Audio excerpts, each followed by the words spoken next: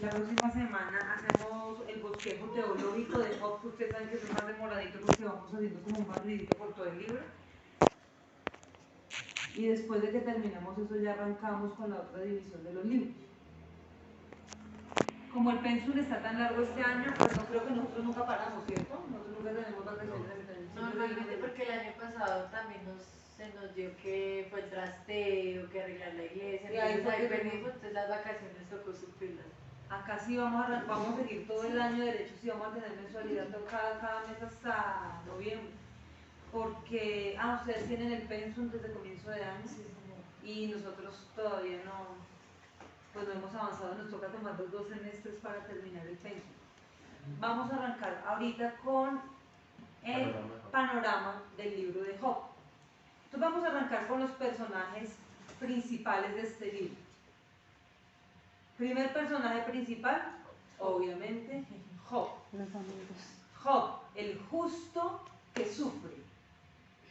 Primer personaje, el Job, el justo que sufre. Segundo personaje, con mucha confianza, el Job. Tú escribiste el Job. El justo que sufre es Job. Luego sigue Elifaz. Sí. Uno, entonces lo definen así los historiadores, lo definen como uno que quiere consolar a Job, pero creyendo que él falló, que erró en el camino. O sea, lo quiere consolar. Elifaz lo quiere consolar, pero juzgándolo. Sí, o sea, lo quiere consolar, pero dándole para sí, te abrazo, pero algo hiciste, esto te proviene por algo te pasa.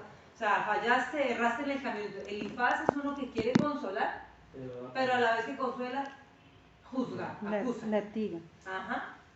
Entonces, él justifica lo malo que le pasó a Job, argumentando que lo malo fue por un pecado que él cometió. Y pues obviamente nosotros sabemos que no es la situación. Digamos, de todos los personajes que uno ve en la Biblia, hay pocos que como que retuvieron como su integridad. Uno solo.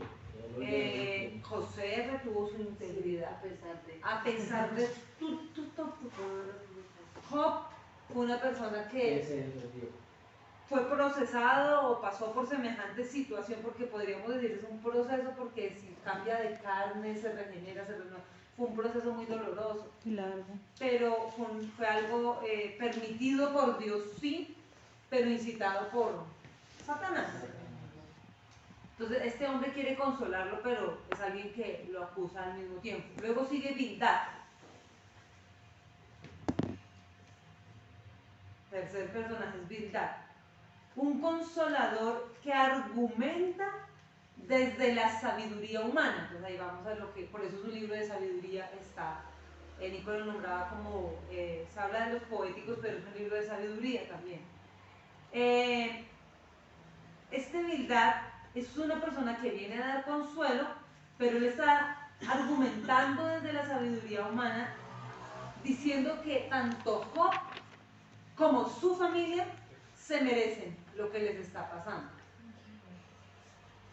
Él es una persona que viene a dar consuelo, pero viene con esa actitud, digamos, un poco religiosa y usa la sabiduría humana, lo que es la sabiduría humana, lo que llamaríamos tal vez una especie de sentido común, una sabiduría humana, donde él dice, bueno, ánimo, trata de dar consuelo, trata de estar ahí, pero a la vez dice y argumenta con sabiduría humana que ellos, no solamente Job, sino su familia, tienen lo que merecen, y nosotros sabemos por naturaleza que esto duele cuando a una persona la tratan de consolar desde el punto de una sabiduría humana. Eso no ayuda para nada, porque lo que viene a ayudar es la sabiduría de Dios, y la palabra de Dios es la que puede levantar a una persona cuando ha caído, cuando está siendo atacada, cuando está siendo perseguida, cuando pasa por un proceso, cuando se siente oprimida. De nada sirve, de nada le sirve a una persona que está pasando, enfrentando una situación complicada, que alguien venga con palabra de tal vez consuelo, diciéndole, pero se le dijo, ¿sí me explico? Pero se lo advertí, pero se lo dije. Porque pues en sí la persona está sufriendo en el momento, y argumentar desde la sabiduría humana, pues no trae ningún consuelo. ¿Qué traería consuelo a una persona que está pasando un proceso, una situación? Que venga misericordia. Y la palabra de Dios que está cargada de sabiduría, de fuerza, de vida. El traer una palabra específica en un momento específico, lo que es una palabra rema en un momento específico para alguien, yo creo que es de las mejores, es el mayor bálsamo que una persona puede recibir, porque uno siente ese alivio. Como que yo le decía inclusive a Paula la vez pasada, Paula, cuando te sientas oprimida por cualquier cosa, y se lo decía, y es algo que va para todos nosotros, porque es algo que yo personalmente he aprendido a aplicar, y aprendí a aplicarlo en los momentos más oscuros y más dolorosos de mi vida. Y es que cuando yo pasa alguna situación complicada, cualquier ataque, opresión, sea que yo haya fallado, sea que alguien haya fallado, porque hay momentos en que uno comete un error y uno, oh, ¿qué hice? ¿Qué dije? ¿Por qué? Y uno se siente mal, o toma una mala decisión, o si no hubiera invertido en eso, si no hubiera, cosas que todos hacemos, errores, o que alguien a uno le falla y le quiebra o le atraviesa el corazón. Y en esos momentos, algo que sirve para una persona que se encuentra en un proceso de opresión, de ataque, lo que sea, es encerrarse a solas con Dios, ir a la palabra rema, porque todos tenemos que tener un rema, un ancla. Es que no podemos estar sin palabra, porque sin palabra nosotros nos morimos, porque finalmente la palabra, lo que acaba de decir Mari, que todos reconocemos, Cristo es ese verbo y separados de él nada podemos hacer. Entonces es entender que sin la palabra de Dios, sin ese rema, yo no puedo hacer nada, menos en un momento de opresión. Si no lo puedo hacer cuando estoy en mi juicio cabal y todas las cosas súper bien, si uno no puede hacer nada sin la palabra, ¿cuánto más se necesita la palabra cuando uno se siente así? Porque pasa algo, y yo le decía, se lo decía a ella, es loco, porque es loquísimo esto, pero la palabra ustedes lo entienden, pero para una persona nueva es loco, ¿sí? Nosotros lo entendemos porque nosotros ya estamos un poco más locos, ella todavía es un poco más de acá, está aprendiendo. Entonces yo le decía, esto es loco, tal vez para ti va a sonar raro, pero la palabra es espíritu, y ustedes lo saben porque ustedes aprendieron, la palabra es espíritu, es viva y es eficaz, está viva. Y así como el Señor sopló en el Edén para que el rocío, el vapor del centro de la tierra saliera y no había lluvia, y ese vapor, ese hálito de Dios recorría la tierra y la regaba y la hacía fértil, ese mismo hálito lo sopló en la nariz del hombre, de la mujer cuando los creó. Ese mismo hálito está soplado en la escritura y es una cosa loquísima, pues, loca para el que no entiende, para nosotros es algo majestuoso. Entonces, el hecho de uno agarrar un rema y empezar a leer ese rema y respirar, o sea, aprender a respirar, a manejar el tema de la respiración, el respirar con calma, porque nos toca aprender a respirar, porque cuando una persona se estresa, hiperventila, se angustia, se asusta. Me decía alguien, es que tal persona no quiere ir a poner la cara sobre esto malo que hizo porque dice que se va a hiperventilar. Y yo le decía a la persona, no, tiene que motivarle para que vaya y hable y arregle las cosas así de hiperventile, que aprenda a respirar primero. ¿Sí? Sí, porque es eso mismo. Ustedes saben que cuando hay liberación las personas a veces hiperventilan y expulsan neumas. Por eso un momento de liberación es el peor momento de todo un campamento a nivel del sentido del olfato. Porque empieza, sí, es algo terrible, o sea, huele terrible los salones de liberación. Por eso yo odio, o siempre en mi vida odié, que la comida se sirviera en el salón foro donde antes se había ministrado liberación. Por eso siempre yo decía hamburguesas, algo afuera, tratemos de sacar a la gente del salón foro para que la gente coma afuera, porque queda muy viciado el ambiente por la misma situación. Entonces yo le decía, mira, tú cierras la puerta y tú lees la palabra hay que leerla, y mientras tú la lees tienes que respirar, tomar ese hálito de Dios, la estás leyendo, estás aprendiendo a respirar, te estás calmando, estás recibiendo ese shalom, esa paz de Dios, y parece loco, pero es real porque la palabra es el soplo de Dios y eso es hálito, es aliento y es un neuma. Y prácticamente cuando tú empiezas a autocontrolarte, a llevar a tu vida la palabra, a leerla, a declararla, a memorizarla, a repetirla, vuelves y la miras, vuelves y la lees en voz alta y estás respirando en calma, mira, eso te trae una paz que sobrepasa todo entendimiento en realidad. Eso lo que dice la palabra, Dios guarda en perfecta paz aquel cuyos pensamientos perseveran. Y eso es parte del perseverar, el ir al ancla. Me encantaba lo que Maribel decía la vez pasada, me encantó eso y lo he tenido de verdad, o sea, ha sido como algo específico porque decía el tipo en medio del naufragio, estaba temblando y le preguntaban, ¿usted tembló? ¿Tembló? Me imagino, pues está, sí, claro, yo estuve temblando. Pero el tipo encontró en medio del naufragio una roca en la cual él se quedó quieto hasta que lo rescataron. Y le preguntan, ¿usted sabe? Me imagino que, no, yo creo que no le dan ganas de vomitar, de hacerse pis en la ropa, de desmayarse, de desalentarse, de angustia en medio de... Pero cuando ya llega a la roca a entender que a pesar de que uno esté temblando y tiritando, la roca nunca se mueve. Y dice, sí, yo temblé, pero mi roca nunca tembló. Y es eso, la roca no tiembla, es eso. Y es que la palabra produce eso en nosotros, hay que aprender a leer palabra. Nosotros no podemos andar corriendo cuando nos sentimos preocupados o estresados a lo que corre todo el mundo. Nosotros tenemos que aprender a sentarnos quietos y empezar a leer la palabra, empezar a leer, mirarla, leerla, meditarla, escucharla, en audio volverla a leer, y si tengo que hacerlo 1000 veces y respirar en Dios y recibir de Él su hálito, su neusto, su aliento, miren, eso es una cosa increíble, esto es espiritual, esto no es misticismo ni es religiosidad, esto es espiritual. Jesús dijo, mediten en la palabra, mediten en la escritura, y mucha gente que piensa que el meditar es no, el meditar es sentarse, es aprender a respirar, es pausarse en Dios, ¿sí? Descansar en Él. Cuando tú empiezas a leer, eso es una cosa, es increíble, o sea, es algo tan real, es algo tan sobrenatural. Yo no puedo explicar eso, pero después de que uno termina y sale de ahí, uno sale en otro ambiente. Ustedes saben, y eso es lo que siempre tenemos que aplicar, no podemos andar como la gente del mundo, nosotros somos diferentes. Entonces este señor, empieza a argumentar desde la sabiduría humana. Esta gente falló, algo tuvieron, pues es que lo que uno primero piensa, algo fue. Es mismo, miren, les voy a decir algo aquí. Cuando a ustedes les pase algo o a alguien cercano a su núcleo, familia, iglesia, amigos, trabajo, cuando a alguien o a ustedes mismos les pase algo adverso, porque nosotros tenemos la tendencia de pensar, ¿será por mí? ¿Fue que hice? ¿Será que fallé?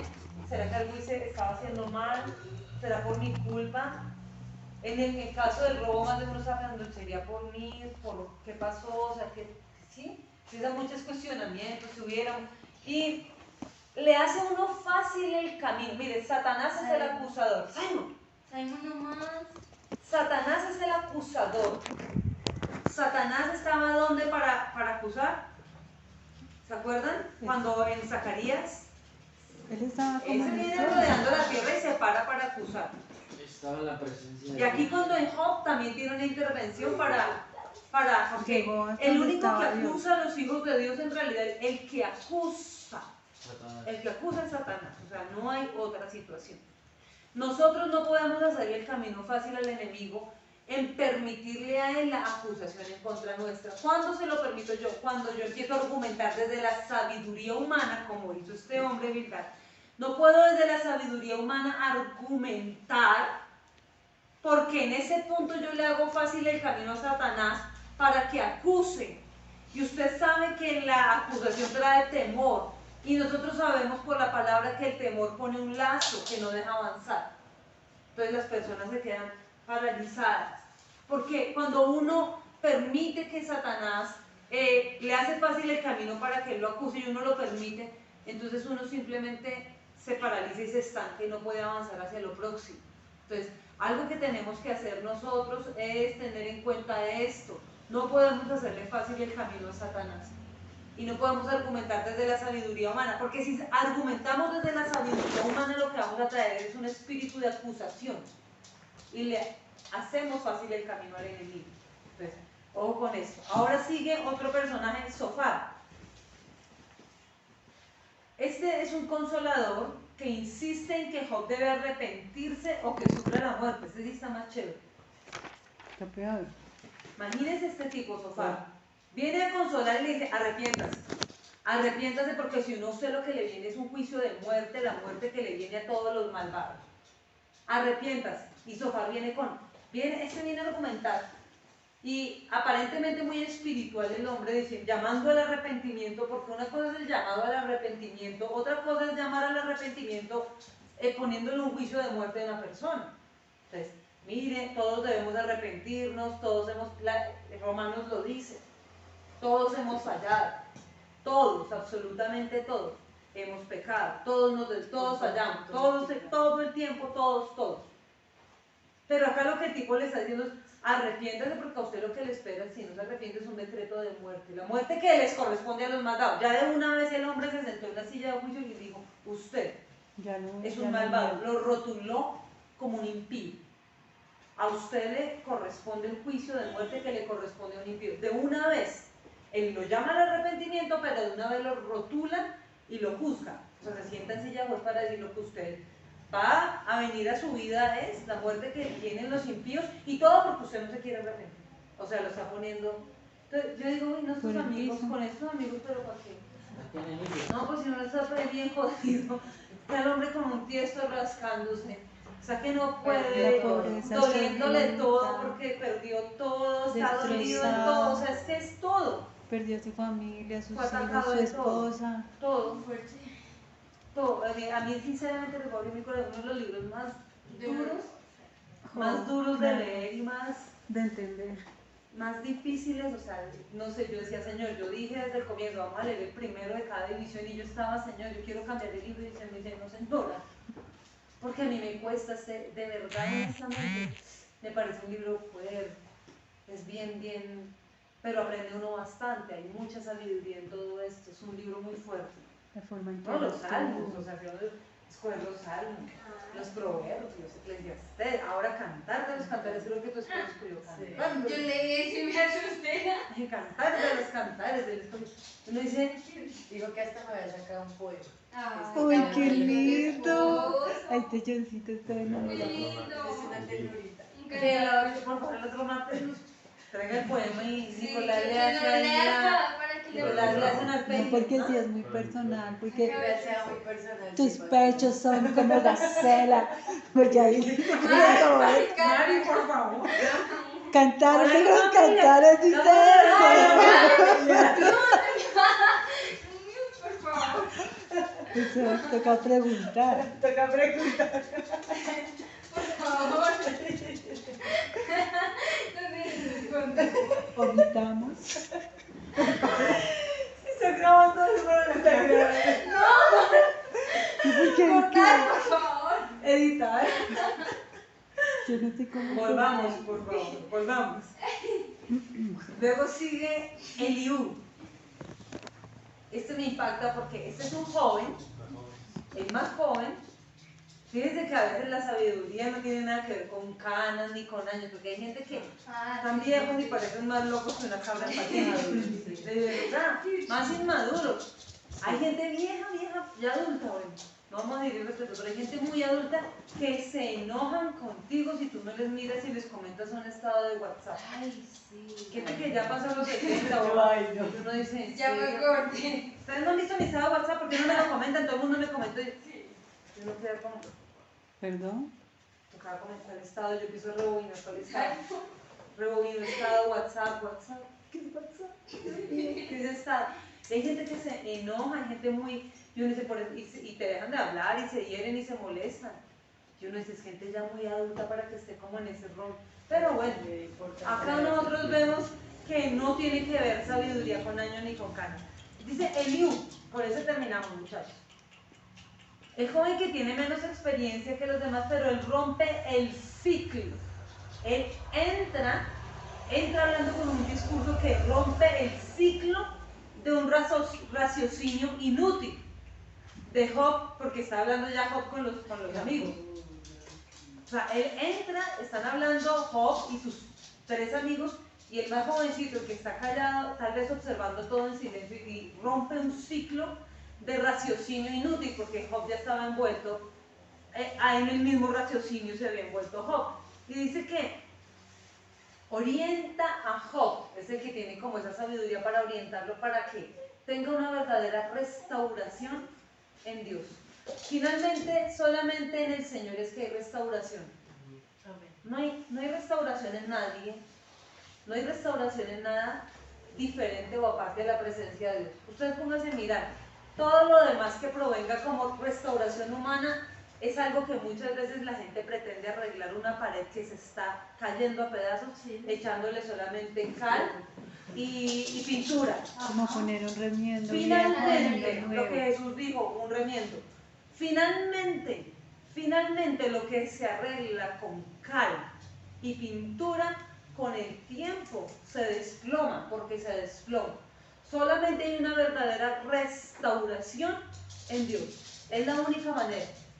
Yo llevo casi ya prácticamente 30 años y yo he aprendido, yo le decía hoy hablando con el Señor, yo le decía, he aprendido tantas cosas. Como me hubiera gustado tener esta mente y el corazón que ahora tengo hace 30 años, me encantaría, o sea, de verdad, me hubiera encantado. Ya es imposible.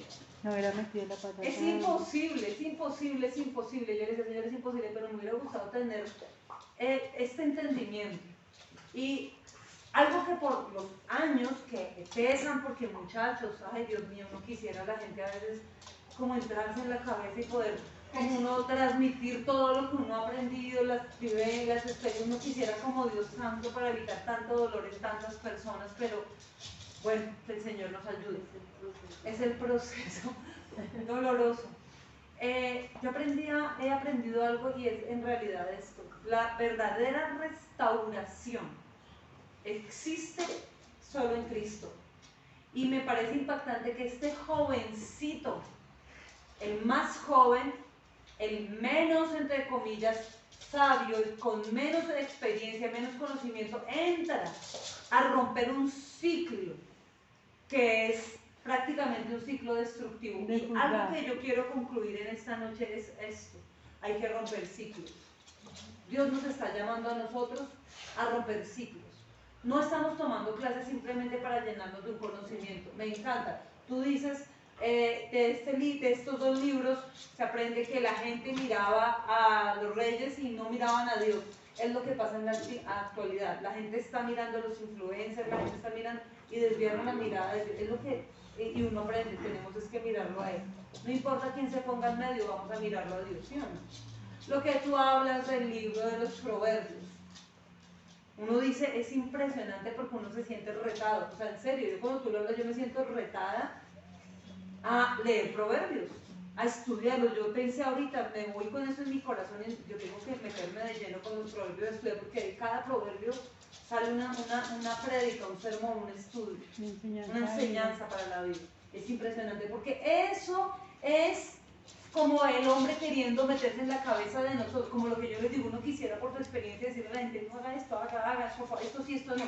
Es como si la sabiduría que Dios plantó y sembró en un hombre, o en los otros también que participaron menos, pero igual participaron en esa experiencia transmitida a nosotros. Y yo digo, es algo que tenemos que mirar. Entonces, para eso estamos acá. Ahora, mirando estamos mirando apenas la panorámica, los personajes. Este jovencito entra a romper un ciclo de raciocinio humano, un ciclo de sabiduría humana, y Dios nos está llamando a nosotros a romper un ciclo que no nos está llevando ni nos está contribuyendo a una restauración. La única y verdadera restauración está en Cristo. No se puede restaurar uno ya argumentando y que fue, que aquí, que allá, y que pasó por... No, o sea, no se puede restaurar de esa manera. Es evidente que es echarle cal y pintura a una pared que necesita ser transformada. Y necesitamos poner nuestro cimiento verdadero en Cristo. Mire, aquí todos tenemos que tomar una decisión, ser maduros espiritualmente. Acá todos tenemos que tomar una decisión, asumir el liderazgo espiritual, para empezar de nuestra propia vida. Aquí tenemos que salir con una enseñanza y una decisión profunda. Es ser verdaderos cristianos. Tenemos que ser cristianos. ¿Qué hace un cristiano? Pues se mueve y actúa por principios bíblicos, no los principios de la carne ni las leyes del mundo. Aquí actuamos como gente cristiana. como gente creyente. Acá no nos podemos mover por cosas diferentes a lo que es la palabra de Dios. No es raciocinio humano. Entonces, este jovencito entra y rompe el ciclo en el cual han caído ellos cuatro. Entra y rompe ese ciclo, un ciclo de estar argumentando desde el punto humano, la sabiduría humana. No, rompe y lleva a Job a decir, la única restauración que usted va a tener, la va a tener en Dios. Y finalmente es lo que ocurre. Entonces, bueno, hasta ahí quedamos. La próxima semana damos el bosquejo teológico y avanzamos con las